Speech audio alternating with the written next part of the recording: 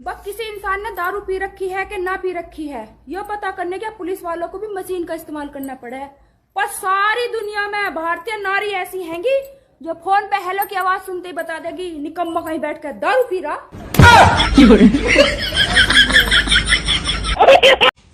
क्या हो गया, इतनी भीड़ क्यों लगी हुई है?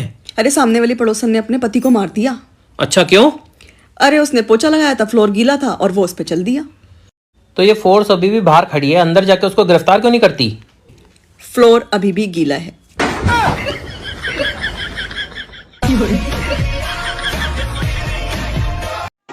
अच्छी अगर बनी न तेरी दाल जान मन, अच्छी अगर बनी ना तेरी दाल जान मन, अच्छी अगर बनी न तेरी दाल जान मन, डंडे से उतारूंगा तेरी खाल, डंडे से उतारूंगा। मम्मी जी मुझे पैसे दे दो, मुझे बाल सीधे करा के आना है पार्लर जाके। बेटा घर में ही कर ले बाल सीधे। अरे मम्मी जी घर में सीधे नहीं होते हैं। अरे तूने हमारा सारा खानदान सीधा कर दिया है, तेरे बाल सीधे नहीं होते घर में।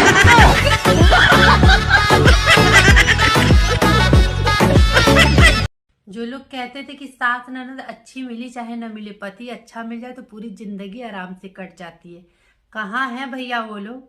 यहाँ तुम्हारा पति ही मंथरा मिला हुआ है कि तेल ज्यादा डाली हो, नमक कम डाली हो। तुम्हारी मम्मी ने कुछ सिखाया नहीं है क्या? कहाँ है वो लोग? जरा हमसे मिलिए, हमको आपकी जरूरत है। ये क्या है? रोटी के पराठे। मतलब रोटी या पराठे? रोटी के पराठे। क्या है, कल शाम की रोटी बची थी ना, उसका भूका कर दिया, फिर उसमें थोड़ा सा पानी डाला, फिर उसमें थोड़ा सा पराठे का आटा डाला और उसको मिला के एक नया ही आटा बनाया और उसमें से बनाया रोटी के पराठे। किसने सिखाया ये रोटी के पराठे? टीवी में से सीखा। वो दोपहर में शो आता है ना पटवर्धन बाई के पराठे, तो पटवर्धन बाई ने सिखाया। कैसा लगा? वो तो खाने के बाद पता चलेगा ना। वो पटवर्धन भाई ने ये नहीं सिखाया कि इसको बनाने के बाद इसे खाने का कैसे है? अरे टूटता ही नहीं है ये देख। एक काम कर, कैंची दे कैंची, इसके छोटे छोटे टुकड़े करता हूँ, बाद में खाने की कोशिश करता हूँ। कल ट्रेन में एक लड़के ने हिंदी की ऐसी की तैसी कर दी। बोला मैडम थोड़ा लात हटाइएगा, सिटुआ के निचुआ से चप्पल निकालना है। कल ट्रेन में एक लड़के ने हिंदी की ऐसी की तैसी कर दी। बोला मैडम थोड़ा लात हटाइएगा, सिटुआ के निचुआ से चप्पल निकालना है।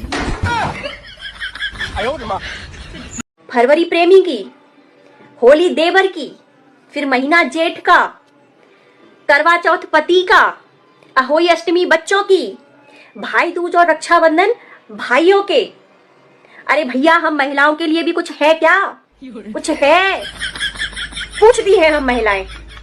दबाव चाहिए हमें। हम क्या अमृत पीकर आए हैं जो हमारे लिए कुछ नहीं है? Feeling very emotional. दबाव चाहिए हमें। सुनो जान। हाँ मेरे घर की रानी। 500 रुपया दे दो। मैं ले मेरे घर की रानी, ऐसी क्या बात है?